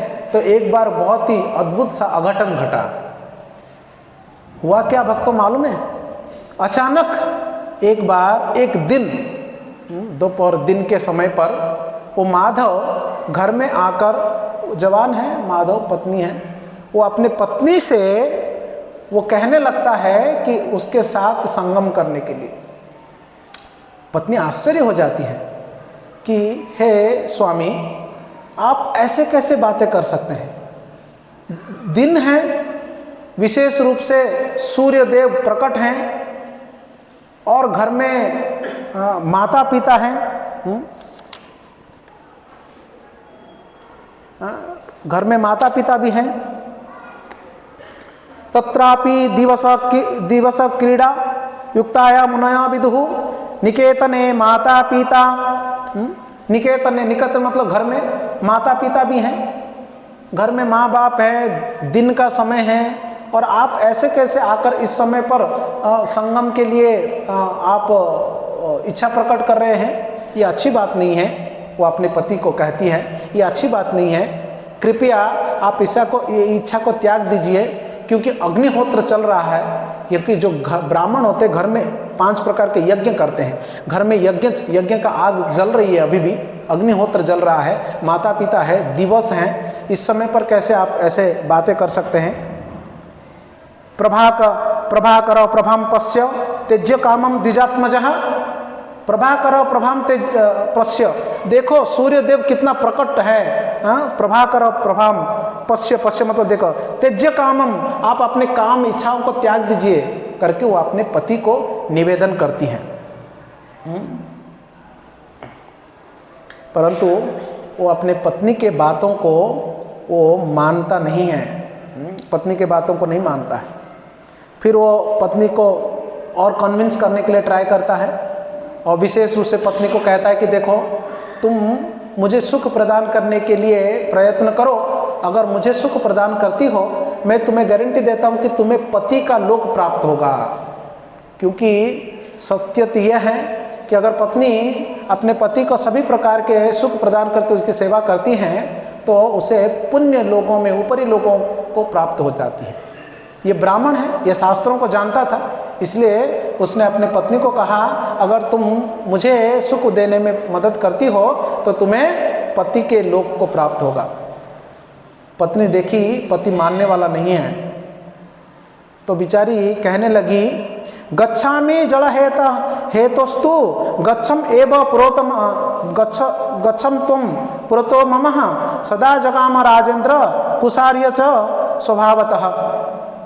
ठीक है, ऐसा करती हूँ, मैं पानी लेने के बहाने मैं बाहर आ जाती हूँ। पानी लेने के बहाने नदी के पास आ जाती हूँ, और आप भी कुछ घास लेने के लिए बहाने पे आप भी आ जाओ घर से बाहर, क्योंकि ब्राह्मण का परिवार है। अगर कोई बहू बाहर जाएगी तो जल लेने के लिए बाहर जाते हैं, और ब्राह्मण है वो बाहर जाएगा तो फूल या यज्ञ के लिए कुछ यही लेने के लिए बाहर जाएगा। तो पत्नी अपने पति को बोलती है कि घर में तो माता पिता है, तुम बाहर आ जाओ, मैं जाती हूँ पानी लेने के लिए बहाना करके, तुम भी घास लेने के बहाने से, कुछ ग्रास लेने के बहाने से आ जाओ। तो फिर पत्नी पहले चली जाती है आगे, पति उसके पीछे पीछे जाता है।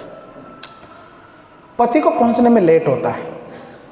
पत्नी जल भर के रिटर्न आने के आ रही थी कि ये कहाँ गए करके, तो उस समय पति रास्ते में मिलकर कहता है, देखो चंद्रलेखा, तुम सही कह रही थी, मेरा मन बदल गया अभी,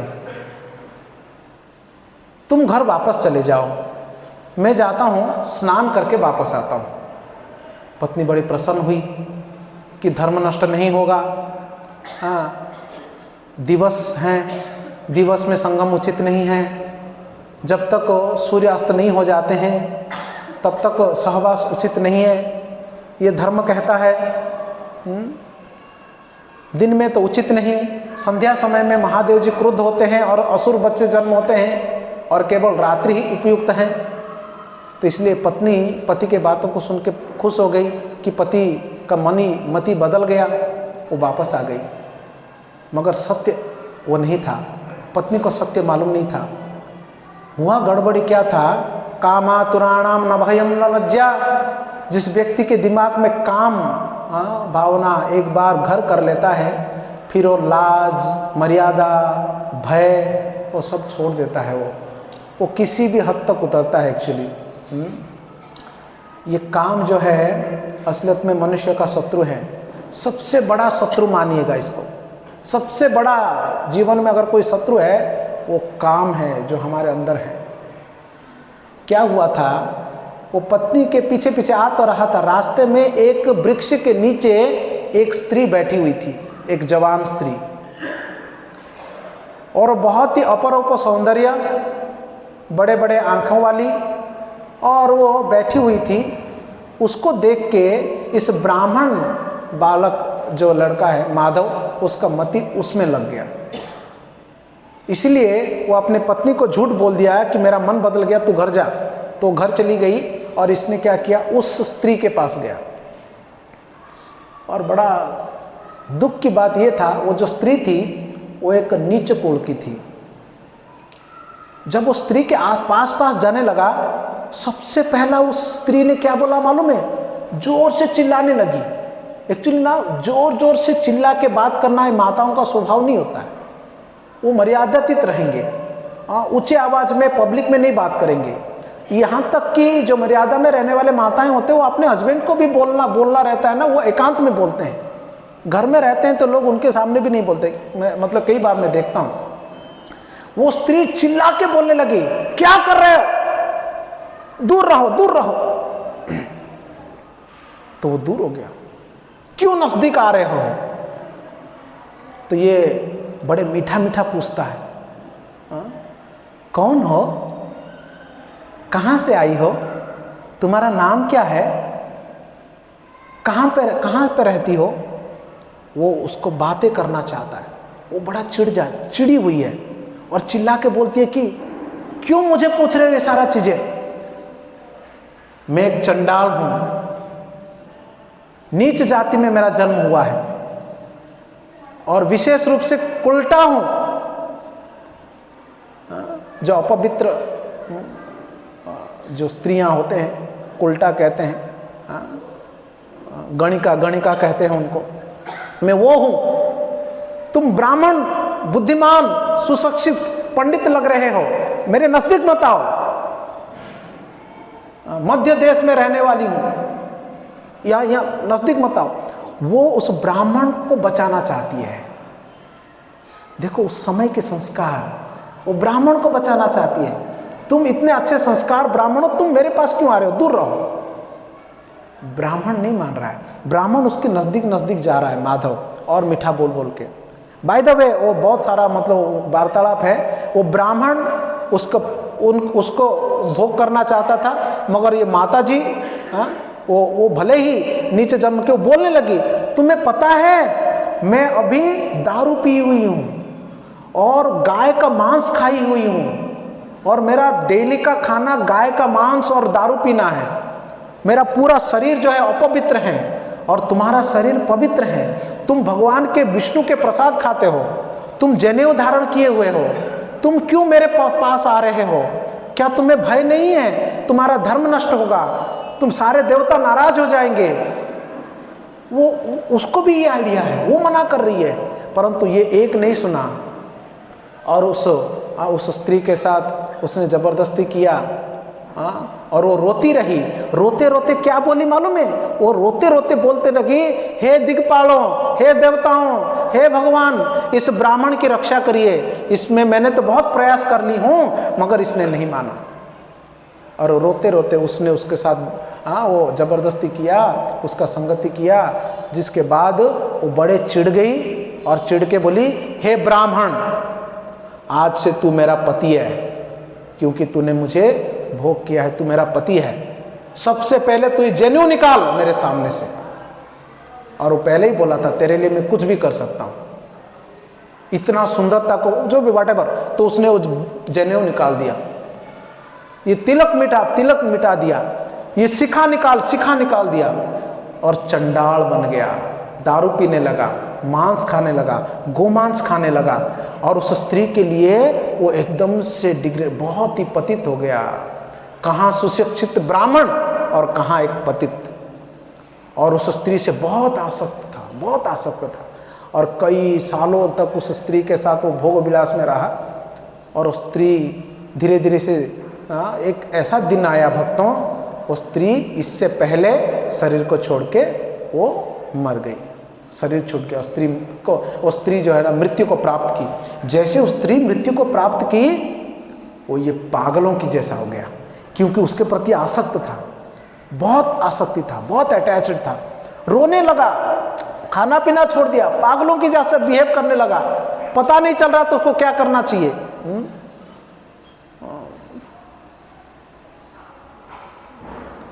तो इस प्रकार के दयनीय परिस्थिति में वो भटकने लगा। ऐसी स्थिति आपको याद होगा भागवतम में अजामिल की कथा में भी आती है। ये माधव, ये सुशिक्षित ब्राह्मण का ये स्थिति हो गई, इतना पापी, अरे गोमांस तक खाना, प्रतिदिन दारू पीना, इस स्त्री के संग में रहना, सभी व्रतों को त्याग देना, तोड़ देना, केवल एक दृश्य बदल दिया उसको। परंतु भगवान की बड़ी कृपा है, उत्तर भारत से कुछ राजाओं ने तीर्थ स्थान के दर्शन करने के लिए आए हुए थे अपने परिवारों के साथ, और वो जा रहे थे। इसको तो खाना पीना मिल नहीं रहा था, सब लोग उसको नकार दिए थे, जंगलों में भटक रहा था, भूखा, पूरा शरीर जीर्ण शीर्ण हो चुका। उस तीर्थ यात्रियों के पीछे पीछे जाने लगा, जैसे पागल लोग जाते हैं किसी के पीछे पीछे, ऐसे वो जाने लगा तीर्थ यात्रियों के, और उनके पीछे पीछे पीछे जाता था। वो लोग कहीं बैठ के खाते थे, कुछ बना के वो लोग फेंक देते थे झूठा पत्तल, तो ये झूठा पत्तल खाता था। वो वैष्णव थे। कौन थे वो लोग? वैष्णव थे, भगवान विष्णु के भक्त। उनका झूठा खाने लगा, और उनके पीछे पीछे वो लोग भगवान का नाम लेते थे, और ये सुनता था, उसको सारा चीज़ें धीरे धीरे से रिकॉल होने लगा। फिर वो आगे जाते जाते वो लोग पहुँचते हैं सुवर्णमुखी नदी के किनारे, वेंकटाचल के तलहटी पर नीचे। वहाँ पर एक महत्वपूर्ण तीर्थ है, उस तीर्थ का नाम है कपिल तीर्थ। क्या नाम है? कपिल तीर्थ। कौन कौन गए कपिल तीर्थ में? तिरुपति बालाजी के वहाँ पे सबसे पहले वहाँ जाना रहता है। कपिल तीर्थ में सभी लोगों ने वहाँ पे स्नान किए। वहाँ पर कपिलेश्वर महादेव जी हैं, उनका दर्शन किए। इसने भी स्नान किया, माधव, उसने भी दर्शन किया। सभी लोगों ने अपने पूर्वजों को पिंड प्रदान किए, श्राद्ध किए, इसने भी श्राद्ध किया वहां पर। सब लोग टकला हो गए वहां पर, ये भी टकला हो गया वहां पर। वो वही करता था जो सामने वाले करते थे, उसका और कुछ दिमाग चलता ही नहीं था। जैसे ही कपिल तीर्थ में स्नान किया, टकला हुआ, उसी समय उसका अच्छा दिन शुरू हो गया, उसके पाप कटना शुरू हो गए। अच्छा दिन तो तभी शुरू हो गया था जब इन भक्तों का पीछा पकड़ा था उसने। और दूसरे दिन वो लोग उठ के चलते चलते वेंकटाचल के ऊपर चढ़ने लगे, चलते चलते वेंकटाचल के ऊपर चढ़ने लगे। जब भी वो लोग ऊपर चढ़ने लगे, ये भी उनके पीछे पीछे ऊपर जाने लगा। ये माधव जो है वो भी ऊपर जाने लगा चलते चलते।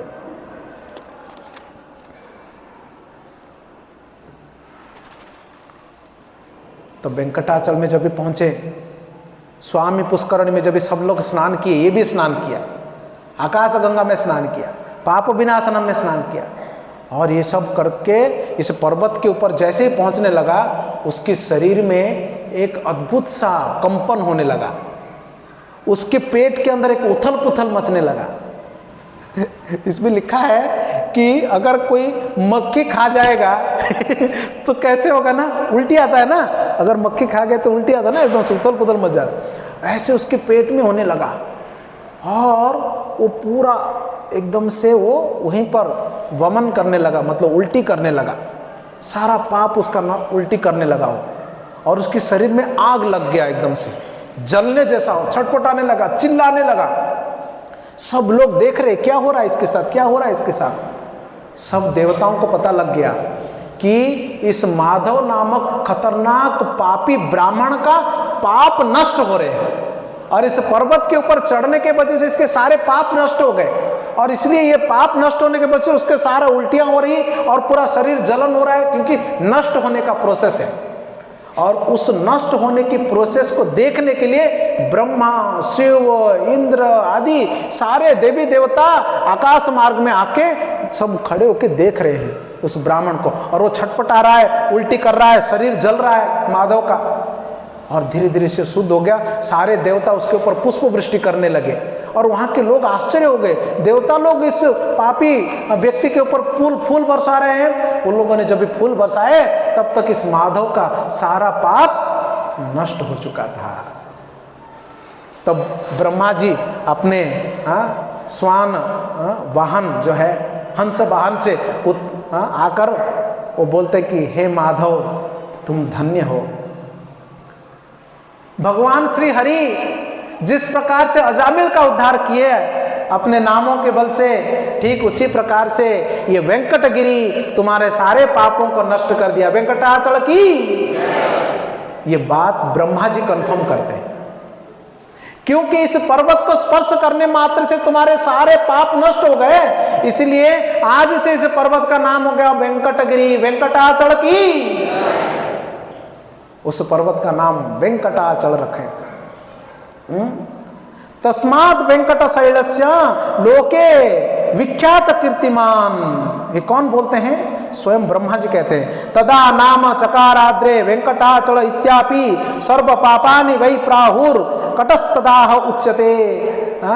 सर्व पापानि वै, वै मतलब पाप, कट मतलब काटने वाला है, इसलिए तस्मात् वेंकट शैलस्य लोकयम विख्यात कीर्तिमान। इसीलिए इस पर्वत का नाम आज से वेंकटाचल के रूप में सारे संसार में विख्यात होगा करके ब्रह्मा जी कहते हैं वहां पर। तो तब से उस पर्वत का नाम क्या हो गया? वेंकटाचल। ये साक्षात प्रमाण है, ये साक्षात प्रमाण है। इस प्रकार से, इस घटना से, इस कलयुग में किस प्रकार से इस पर्वत का नाम वेंकटाचल हुआ है, वो हमें यहाँ पर देखने के लिए मिलता है। स्कंद पुराण में कहते हैं, इति तस्य वरम दत्वा चतुरस्य चतुराननः। ये तो मैंने बता दिया, ब्रह्मा जी ने उनको वर दिया। तो हम लोगों ने ये भविष्योत्तर पुराण के इस श्लोक से हमने देखा कि किस प्रकार से कृते वृषभाद्रि, कृतयुग में वृषभाद्रि, त्रेतायाम अंजनाचलम, त्रेता युग में अंजनाचल, द्वापरे शेषशैलश्च और कलो वेंकटाचल, कलयुग में वेंकटाचल। ये 4 युगों में 4 नाम पढ़ते हैं। स्कंद पुराण में कहते हैं केवल पृथ्वी का ही नहीं, ये समस्त ब्रह्मांड में जितने भी सारे तीर्थ स्थान हैं, पृथ्वी का तीर्थ स्थान तो छोड़ दो, सारे ब्रह्मांड में ये जो अपना जो ब्रह्मांड है चतुर्मुख ब्रह्मा वाले, इस ब्रह्मांड में जितने तीर्थ हैं ना, सारे तीर्थ ये केवल एक पर्वत वेंकटाचल के ऊपर स्थित है। इतने तीर्थ है वहां पर। तो सोचो वेंकटाचल में केवल वहां पर प्रणाम करने से, उनका नाम लेने से, उस पर्वत का नाम लेने से हमारा सारे पाप नष्ट हो जाते हैं। सभी देवता, ऋषि, मुनि, सिद्धलोक, सनकादि, योगी सभी लोग यहाँ पर निवास करने के लिए आते हैं और यहाँ पर क्या करते हैं, उस पर्वत की उपासना करने के लिए यहाँ पर प्रकट होते हैं। जिस प्रकार से वैदिक मंत्रों में प्रणव, जिस प्रकार से सभी शुभ वस्तुओं में से गाय, जिस प्रकार से सारे सांपों में अनंत, जिस प्रकार से सभी पक्षियों में गरुड़, जिस प्रकार से सभी देवताओं में विष्णु, जिस प्रकार से सभी वर्णों में ब्राह्मण, जिस प्रकार से सभी वृक्षों में अश्वत्थ, जिस प्रकार से सभी मित्रों में पत्नी, जिस प्रकार से सभी नदियों में गंगा, जिस प्रकार से सभी ग्रहों में सूर्य, जिस प्रकार सभी अस्त्रों में वज्र, जिस प्रकार सभी धातुओं में स्वर्ण, जिस प्रकार सभी वैष्णवों में शिव, जिस प्रकार सभी मतियों में कौस्तुभमणि, और जिस प्रकार सभी उसी प्रकार सभी पवित्र स्थलों में से ये वेंकटाचल ही पवित्र हैं। वेंकटाचल की, ये वेंकटाचल उतना पवित्र है। तो ये पवित्र वेंकटाचल के ऊपर भगवान श्री वेंकटेश्वर स्वामी निवास करते हैं। तो आज हम लोगों ने ये पवित्र वेंकटाचल जो धाम है, जिस पर भगवान जी निवास करते हैं, उसकी कुछ गुणावली, विशेषताएं, विशेष रूप से उसके कुछ नामावलियों को हम लोगों ने सुना, है ना। तो आज हमारे इस कथा प्रसंग को यहीं पर विराम देते हैं और कल हम लोग क्या करेंगे, भगवान वेंकटेश्वर इस पर्वत के ऊपर कब आए, कैसे आए और उनकी लीलाओं को हम लोग कल सुनेंगे। हरे कृष्णा। एडुकंडलवाड़ा वेंकटरमण गोविंदा।